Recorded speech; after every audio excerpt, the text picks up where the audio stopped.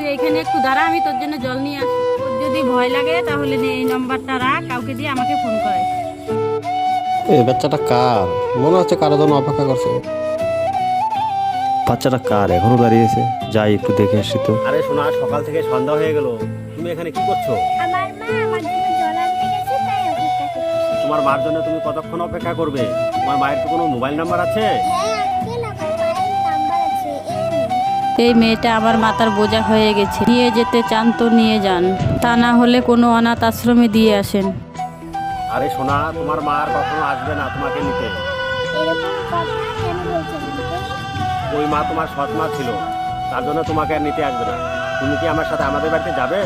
সেখানে একটা মা পাবে আর একটা ছোট্ট ভাই পাবে খেলার জন্য। তুমি কি যাবে আমার সাথে? হ্যাঁ আঙ্কেল, যাব। আমি কাজটা ঠিক করেছি না ভুল করেছি আপনারা কমেন্ট করে জানান সবাই।